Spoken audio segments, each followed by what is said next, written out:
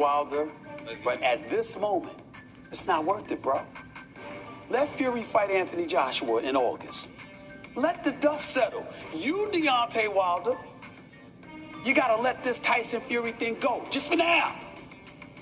Not just for your own health. And trust me, that's important. But remember something else too. Just wait and get the winner. That's all. You take the winner, you'll be ready, working on your boxing skills and everything like that, because Tyson Fury can box. You take out the winner, you the champ, and then all of them gotta come back to you. That's how this works.